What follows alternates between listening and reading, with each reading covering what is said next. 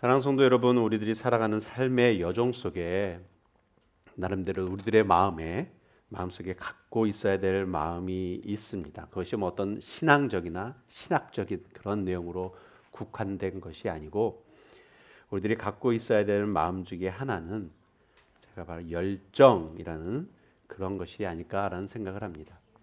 자, 열정에는 사전적 의미가 뭐냐면 어떤 일에 그 열렬한 애정을 가지고 열중하는 마음을 열정이라고 얘기를 합니다. 저는 개인적으로 우리들의 삶 속에 모든 삶의 영역 속에 이 열정이라는 것이 필요하다라는 저는 생각합니다. 뭐 열정이 있어야 성공한다, 안 한다 이런 얘기를 하는 것이 아니라 우리들의 삶 속에서 이 열정이라는 것이 있어야 우리의 삶에 좀 더 어떤 윤활적인 거 우리가 힘써서 행해야 되는 것이 무엇인 줄 알 수 있기 때문이라 저는 생각합니다.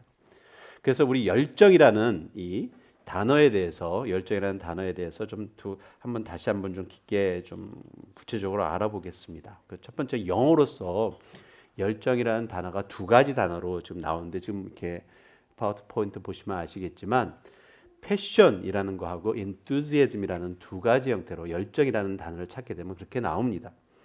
근데 첫 번째 그 패션이라는 단어는 원래 헬라어에서 그 파스코라는 그 단어에서 나온 것이 패션이라는 내용이죠. 근데 우리가 잘 알고 있듯이 그 패션 이렇게 생각하게 되면 우리는 자연스럽게 마음속으로 떠오르는 것이 뭐냐면 고통이라는 to suffer라는 것에 대한 내용이 마음속에 자연스럽게 떠오릅니다. 특별히 패션이라는 것은 그 열정은 고통과 함께함에 대한 내용이 있죠. 자, 두 번째로서 우리가 할 수 있는 단어가 enthusiasm이라는 단어인데 이것에 대한 열정은 어떤 강렬한 즐거움, 흥미, 그런 관심에 대한 그러한 내용이 있습니다. 저는 우리들이 가지고 있는 내용 중에 enthusiasm이라는 것은 우리가 여러 군데에서 필요할 거라 저는 생각합니다. 뭐 공부할 때도 마찬가지이고 어디 가서 놀 때도 마찬가지고 우리 가족의 삶 속에서도 마찬가지고 또한 일터에 나가서 일할 때도 마찬가지고 이 모든 것들 속에 enthusiasm이라는 그 열정이라는 내용은 분명 우리들이 이게 있어야 되는 거라 저는 생각합니다. 사실 몇 주 전에 저희 교회로 이렇게 내려오는 도중에 갑자기 제 아내가 저에게 이런 질문을 했습니다. 당신은 그 무엇을 할 때 이렇게 열정이 생기냐고 뜬금없이 갑자기 그런 질문을 던졌어요. 근데 그 당시에 즉시 제가 대답을 못했어요. 못하고서는 나름대로 이제 생각을 잠기게 됐었습니다. 나는 정말 무엇을 할 때 이런 열정이 생길까라는 것. 성도 여러분, 제가 이 질문 여러분들에게도 드리겠습니다. 여러분들은 무엇을 할 때 열정이 생기십니까? 아니면 어떠한 일을 할 때 열정을 갖고 하십니까? 한번 여러분 생각해 보시기 바랍니다. 이 질문을 가지고서 오늘 말씀을 나누도록 하겠습니다. 오늘이 무슨 날이죠? 크리스마스 날이죠. 예.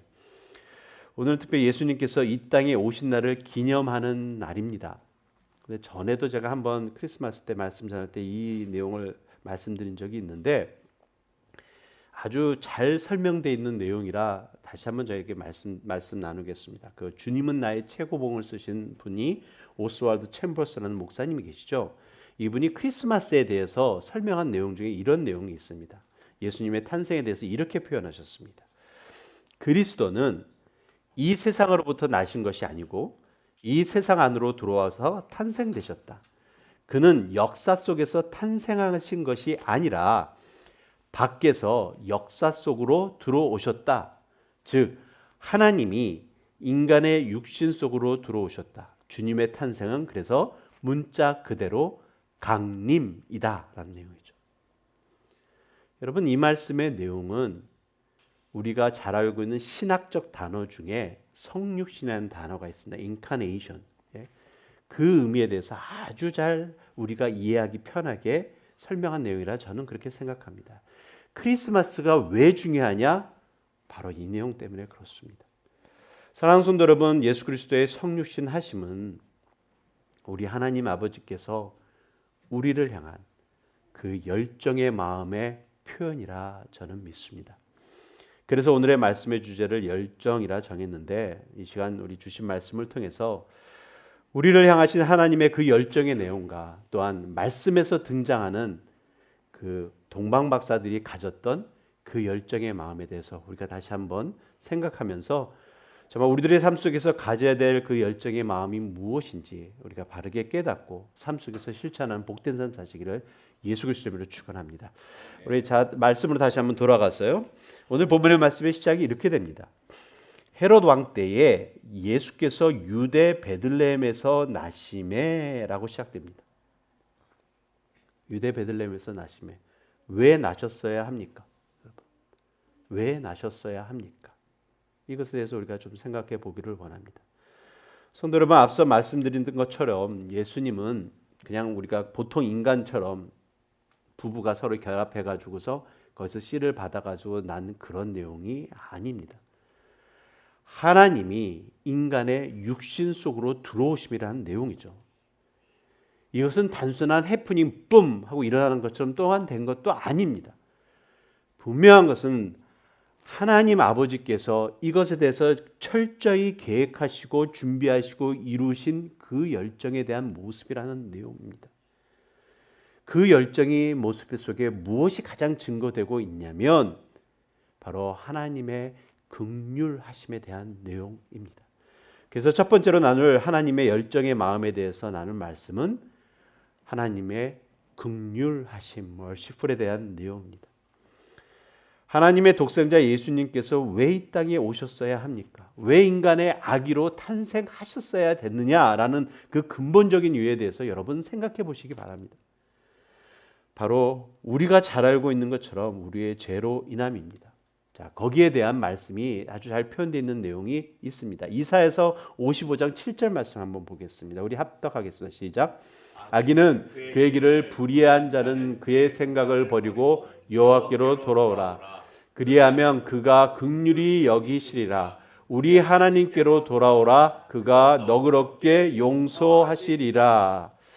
아담과 하와로 시작된 그 죄의 사슬이 인간을 이렇게 잡아 끌어내렸습니다. 그래서 어떤 관계가 되냐면 하나님 아버지의 관계를 떨어뜨리고 그 다음에 그 하나님과 관계를 떨어뜨린 것 이상으로 하나님과 우리 인간의 관계를 원수로 만들어 놓은 것이 바로 인간의 죄라는 것 때문에 그렇다는 말씀이죠. 그래서 구약 말씀을 묵상할 때마다 우리가 느낄 수 있는 것은 우리를 향한 하나님의 간절한 마음입니다. 오늘 지금 말씀이 있는 것처럼 두 번이나 반복되는 내용의 단어가 있죠. 뭐죠? 돌아오라, 돌아오라 라는 내용입니다. 내가 너희를 용서하리라 라는 것으로 얘기하고 있습니다. 너희가 나에게 돌아오기만 한다면 이미 너희는 그 잘못된 것에 대해서 용서를 받을 것이다 라는 하나님의 긍휼하심의 모습에 대해서 아주 잘 표현되어 있는 말씀이라 저는 믿습니다. 우리 말씀 하나 더 볼까요? 예레미야 예가 3장 22절 말씀 함께 합독해서 시작. 여호와의 인자와 긍휼이 무궁하심으로 우리가 진멸되지 아니함이니이다. 하나님의 긍휼하심에 대해서 잘 표현되는 말씀입니다. 분명한 것은 우리들의 모습 속에는 진멸될 수밖에 없는 모습이 있음에 대해서 우리는 기억해야 된다는 내용이죠. 그러나 그러지 않은 이유는 단 한 가지입니다. 하나님의 긍휼하심의 모습이 있기 때문에 그렇습니다. 사랑하는 성도 여러분, 말씀 한 구절 더 볼까요? 에베소서 2장 4절에서 7절 말씀, 이 말씀에서 아주 잘 설명되어 있는 말씀입니다. 에베소서 2장 4절, 자 같이 읽겠습니다. 시작. 긍휼이 풍성하신 하나님이 우리를 사랑하신 그 큰 사랑을 인하여 허물로 죽은 우리를 그리스도와 함께 살리셨고 너희는 은혜로 구원을 받은 것이라. 또 함께 일으키사 그리스도 예수 안에서 함께 하늘에 앉히시니 이는 그리스도 예수 안에서 우리에게 자비하심으로써 그 은혜의 지극히 풍성함을 오는 여러 세대에 나타내려 하심이라 라는 내용이죠. 긍휼의 풍성하심으로 아주 잘 하나님의 긍휼하심에 대해서 잘 설명되어 있고 예수님께서 이 땅에 왜 오셨어야 되는지에 대해서 아주 잘 설명되어 있는 말씀이라 저는 믿습니다. 사랑하는 성도 여러분, 이것이 원수 같은 우리를 향한 하나님의 마음입니다. 그런데 앞서 말씀드린 것처럼 성도 여러분, 하나님의 이 열정의 마음은 한순간에 그냥 우리에게 그냥 갑자기 보여주신 것이 아니다라는 것입니다. 태초부터 이미 계획하셨고 준비하시고 이루신 내용이라는 말씀이죠. 그것이 우리 인간에게 직접적으로 눈에 보이게 하신 것이 바로 오늘 우리가 기념하는 주님의 탄생하심이라는 내용이죠. 예. 즉 예수님이 이 땅에 오심이 바로 긍휼하신 하나님의 열정의 모습을 증거하고 있다는 것입니다. 이것을 우리가 놓치면 안 됩니다. 그래서 우리가 생각해야 될 하나님의 열정의 내용이 바로 하나님의 긍휼하심의 내용이었었습니다. 자, 두 번째로 나눌 하나님의 열정에 대한 내용은 바로 그 하나님의 계획하심입니다. 창세기 3장 15절 말씀, 내가 너로 여자와 원수가 되게 하고 내 원수도 여자의 후손과 원수가 되게 하리니 여자의 후손은 내 머리를 상하게 할 것이요 너는 그의 발꿈치를 상하게 할 것이다 라는 내용이죠. 이것이 뭘 증거하고 있습니까? 인간이 그 뱀으로 간악한 뱀에 따라서 그 유혹에 넘어가고 죄를 지었었을 때 하나님께서 이미 우리를 이 죄의 구렁텅이에서 건져내시기 위해서 이미 계획하심에 대해서 설명되어 있는 말씀입니다. 예수님의 탄생이 그냥 갑자기 신약시대에 넘어와서 이루어진 것이 아니라 우리가 하나님과의 죄라는 문제 때문에 딱 갈라지는 그 모습 속에서 하나님께서는 이미 이것을 대해서 계획하셨다는 말씀이죠. 그래서 우리 여기 이사야서 7장 14절 말씀 이거 한번 보겠습니다. 같이 읽게 시작. 그러므로 주께서 친히 징조를 너에게 주실 것이라. 보라, 처녀가 잉태하여 아들을 낳을 것이요 그의 이름을 임마누엘이라 하리라 라고 하셨습니다. 여러분 이 말씀 속에서 우리가 좀 생각해야 될 것이 보라, 처녀가 잉태하여, 이 말씀은 우리가 예수님께서 처녀가 잉태하여 마리아 몸 빌려서 나셨구나, 단순히 이렇게 생각할 수 있는 내용이 아닙니다. 이 말을 쉽게 말씀드리면 인간이 너희들이 행할 수 있는 것이 아니다라는 거죠. 니네들의 지혜나 니네들의 능력으로 할 수 있는 것이 아니다라는 것이다. 이것은 분명히 내가 할 수 있는 것이다. 나만이 할 수 있는 것이다. 천지를 창조하시고 인도하신 하나님만이 할 수 있음에 대해서 설명하고 있는 것이 보라, 처녀가 잉태하여 아들을 낳을 것이라고 얘기하고 있는 내용입니다. 자, 그런데 그것이 단순히 그래 아들을 낳았어 이것으로 끝난 것이 아니라 말씀에서 얘기하고 있는 것이 뭐냐면 임마누엘이라고 얘기하고 있다는 것입니다. 자, 여러분 이 뜻이 무슨 뜻인지 아시죠? 임마누엘의 뜻이 무슨 뜻입니까? 여러분, 하나님이 우리와 같이 계심입니다. 예수님의 탄생을 생각할 때마다 우리가 기억해야 되는 것은 왜 예수님이 이 땅에 오셨어야 됩니까? 라는 것 속에서 하나님께서 우리와 함께 계심에 대해서 증거하고 가리키고 확실시하기 위해서라는 말씀입니다. 좀 더 나아가서 그래서 이것이 하나님의 열정이, 이 계획하심은 단지 성육신 하심의 그 방법론뿐만이 아니라 하나님께서 그것을 이루시는 장소까지 계획하심에 대해서 얘기하고 있습니다. 우리 미가서 5장 2절 말씀 볼까요? 오늘 본문의 말씀에서도 읽었던 말씀 6절의 말씀이 미가서 5장의 2절 말씀을 이렇게 가져온 말씀인데 합독하겠습니다. 시작.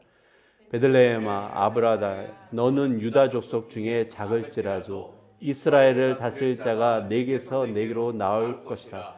그의 근본은 상고의 영혼에 있느니라.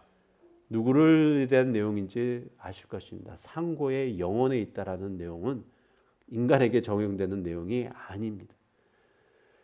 사랑하는 성도 여러분, 이것이 누구를 위한 것이었었습니까? 이 계획하심이 누구를 위한 계획하심이었었습니까? 우린 좀 기억해야 됩니다. 저와 여러분을 위한 계획하심이었습니다. 하나님의 열정의 계획하심이라는 말씀입니다. 그리고 그 계획을 하나님께서 완성시키셨습니다.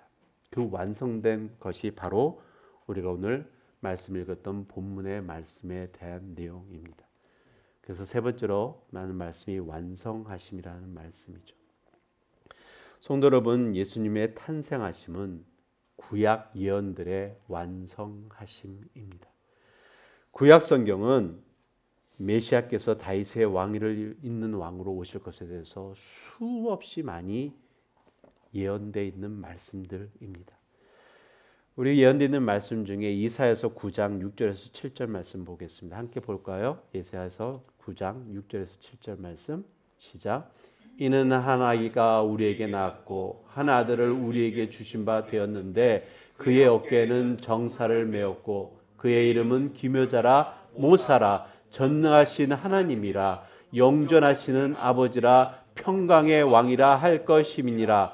그 정서와 평강의 더함이 무궁하며 또 다윗의 왕자와 그의 나라에 군림하여 그 나라를 굳게 세우고 지금 이후로 영원히 정의와 공의로 그것을 보존하실 것이라. 만군의 여호와의 열심히 이를 이루시리라. 아멘. 만군의 여호와의 열심이 뭐냐면 하나님의 열정이 이것을 이루신다는 말씀이죠. 예레미야서 23장 5절 말씀 한 구절 더 보겠습니다. 예레미야서 23장 5절 말씀. 여호와의 말씀이라 보라 때가 이르니 내가 다윗에게 한 의로운 가지를 일으킬 것이라. 그가 왕이 되어 지혜롭게 다스리며 세상에서 정의와 공의를 행할 것이다 라는 내용의 말씀이 있습니다. 여러분 구약 성경에서 예수님에 대한 것에 대해서 예언된 내용이 한 얼마큼 될 거라고 생각합니까? 300가지 이상이 넘습니다. 예수님의 탄생과 예수님의 사역과 죽음과 부활하심에 대해서 계속적으로 예언된 말씀입니다. 여러분 그것이 그냥 1년 전에 아니 10년 전에 예언된 것이 아니라 예수님이 탄생하기 700년 전에 예수님이 탄생하기 1000년 전에 예언된 말씀들이라는 말씀이죠. 누가 이것을 이룬 것입니까? 실현치 않으시는 우리 하나님께서 태초부터 계획하시고 바로 예수 그리스도의 성육신의 탄생을 이루신 것입니다. 이 완성하심이 바로 우리들에게 보여주시는 하나님의 열정, 이 마음에 대한 내용이라 저는 믿습니다. 그런데 우리가 이 하나님의 열정에 대해서 생각할 때는 좀 더 깊게 생각해야 되는 것이 뭐냐면 앞서 말씀드린 것처럼 하나님의 열정이라고 얘기할 때는 영어 단어로 패션이라는 내용을 사용합니다. 우리가 오래전에 패션이라는 영화를 여러분 보신 분들은 아실 것입니다. 패션이라고 생각했었을 때 제일 먼저 우리 마음속에 떠오르는 것은 고통입니다. 고난입니다. 여러분 예수님께서 이 땅에 오신 것 자체가 사실은 하나님 쪽에서 생각을 했을 때는 고난입니다. 고통입니다. 천상에 있는 그 모든 것 내려놓고 낮고 천한 이 땅에 오셨었습니다. 그 오신 것이 여러분 예수님의 삶에 대해서 조금이라도 생각해 보면 결코 쉬운 내용이 아님을 알 수 있다라는 내용입니다. 그래서 그것이 어디까지 갑니까? 바로 십자가의 죽음까지 가는 것입니다. 사랑하는 성도 여러분, 이 내용을 우리는 결코 놓치면 안 됩니다. 예수 그리스도의 탄생하시고 성탄절을 맞이할 때 그냥 오셔서 기쁘고 즐거운 것으로 끝나면 안 됩니다. 우리 내년에 말씀이 주어진 것이 뭐죠? 다시 복음으로 되돌아가는 거죠.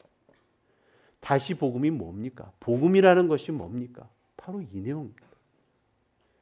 우리가 놓치면 안 됩니다. 자, 그러므로이죠. 그렇다면 이러한 하나님의 열정 앞에 우리는 어떠한 마음을 가지고서 어떠한 열정의 마음을 가지고 주님 앞으로 나아가야 하는지를 오늘 말씀에서 등장하는 그 동방 박사들의 모습을 보면서 우리가 좀 생각해 보기를 원합니다. 자, 우리의 열정, 여기에 대해서는 enthusiasm이라는 단어를 좀 사용했습니다. 자, 그 첫 번째가 뭐냐면 갈망함이라는 내용이죠.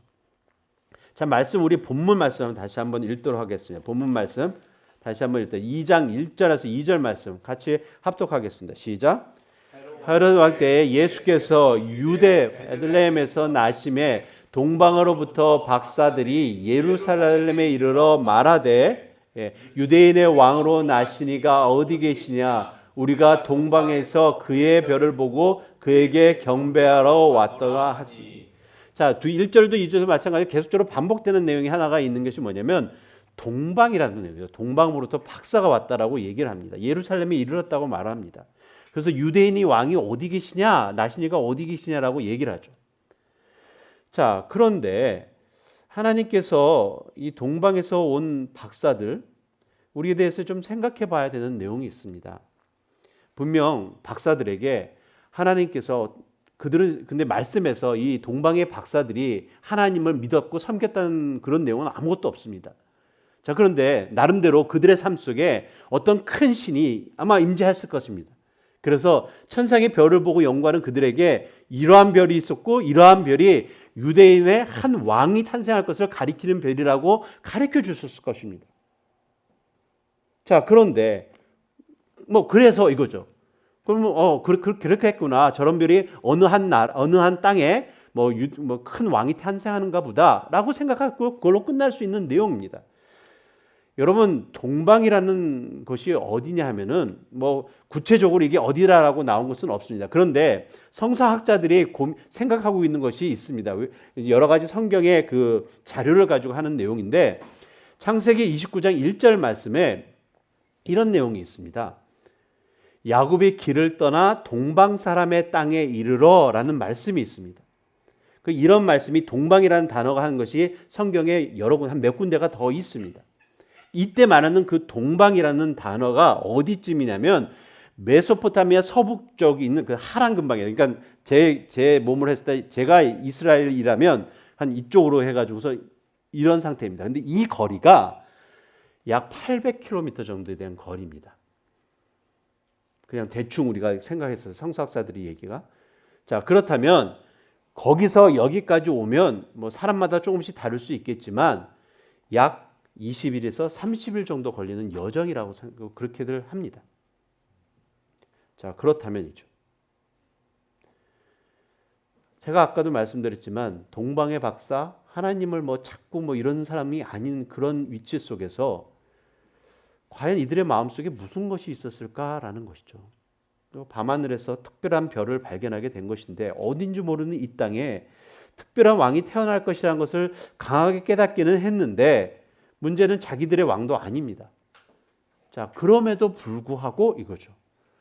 그럼에도 불구하고 이들이 그냥 또 찾아간 것도 아니고 나름대로 예물을 준비하고 갑니다. 그들에게 가장 중요한 예물을 준비하고 갔다라는 것입니다. 이들의 여정 속에 시작하는 것 자체부터가 우린 좀 생각해 봐야 된다는 내용이죠. 여러분들은 어떻습니까?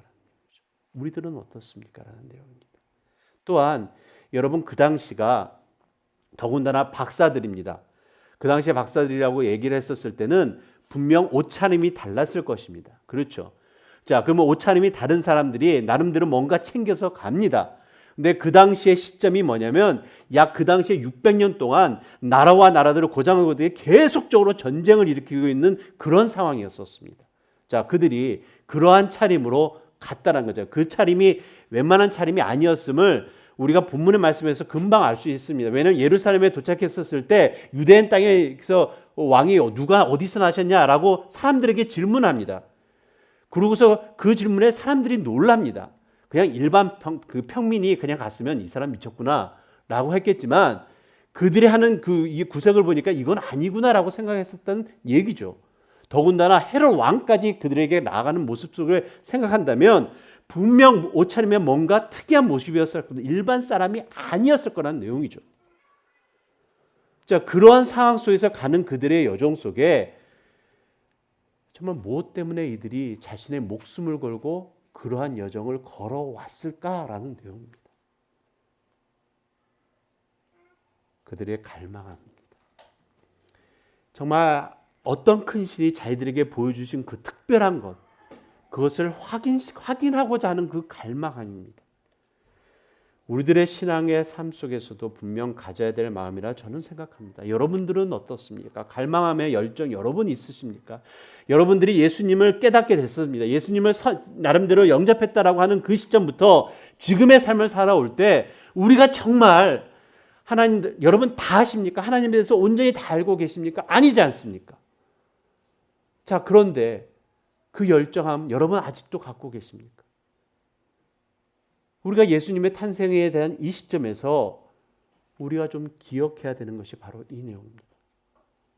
내가 하나님에 대한 열정, 여러분 다 아셔서 식어진 것입니까?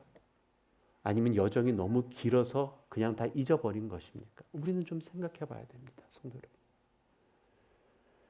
이 갈망함의 열정이 왜 우리에게 필요하냐면 이 열정이 우리의 신앙생활 속에서 순종함의 열정의 모습으로 인도하기 때문이라 저는 믿습니다.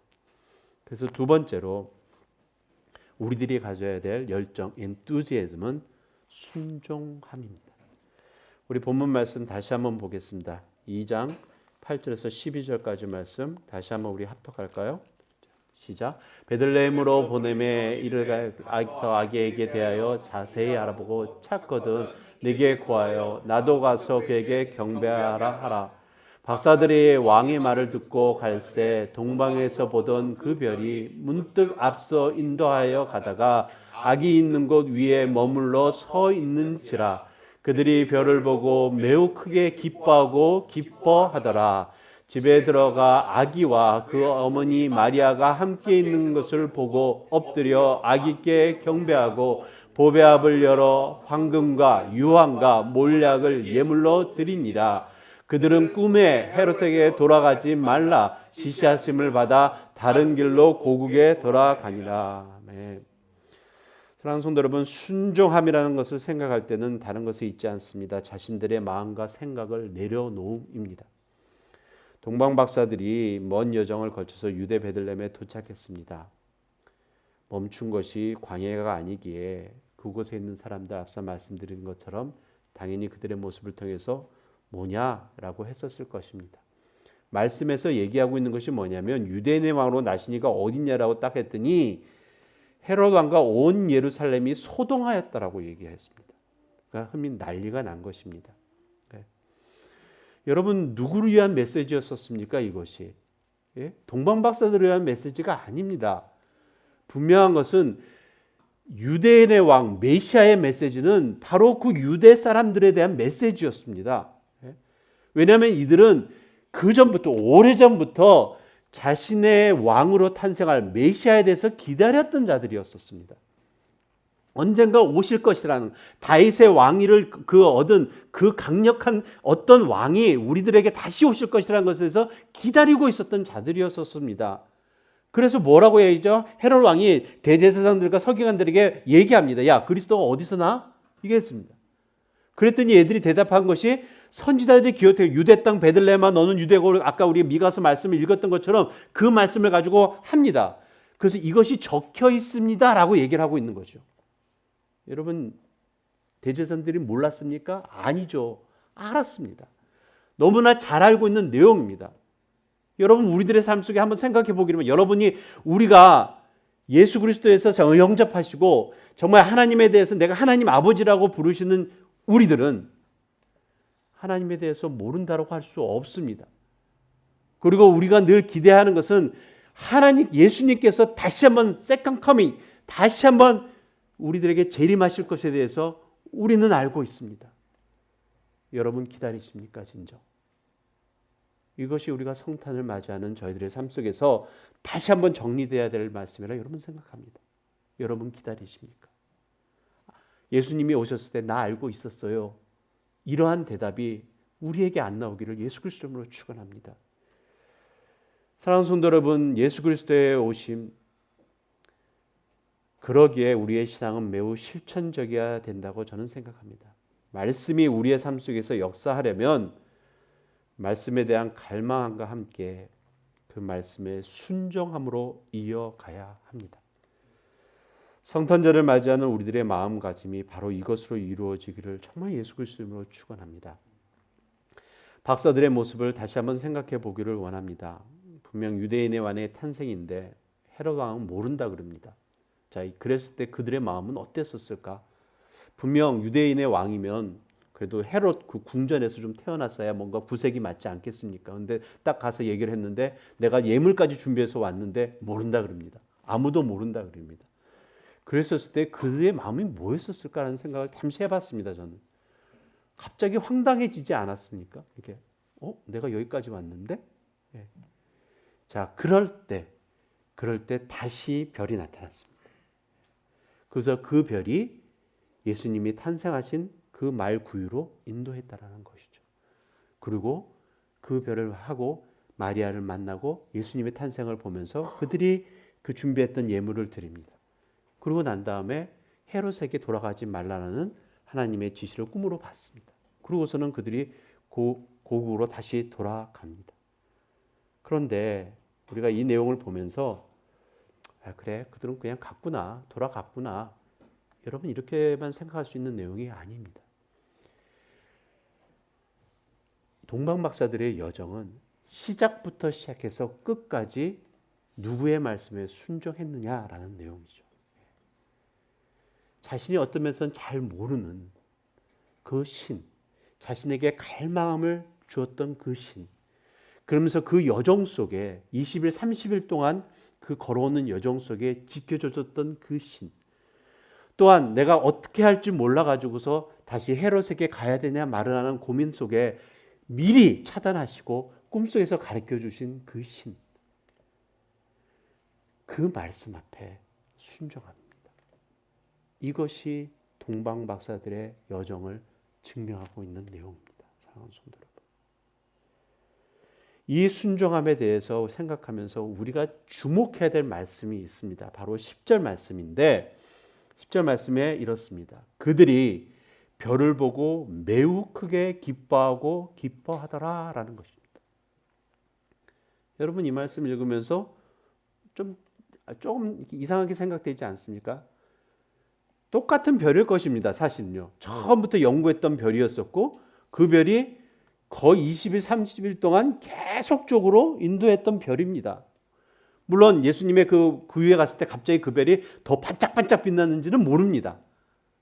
그런데 그들이 별을 보고 매우 크게 기뻐하고 기뻐했다라는 내용을 얘기하고 있습니다. 무엇일까? 왜 기뻐했을까라는 것이죠. 별이 그들에게 선사한 것이 무엇이었기 때문에 기뻐했을까라는 생각을 해봅니다. 이 부분이 여러분들에게 제가 결론적으로 말씀드리고 싶은 내용입니다. 사랑하는 성도 여러분, 우리들의 삶의 진정한 기쁨과 행복을 누릴 수 있을 때가 언제일 것이라고 여러분 생각하십니까? 여러분은 언제 정말 기쁘고 언제 정말 행복합니까? 돈을 많이 벌었을 때? 우리 자녀가 시험 다 A뿔 맞고 왔을 때?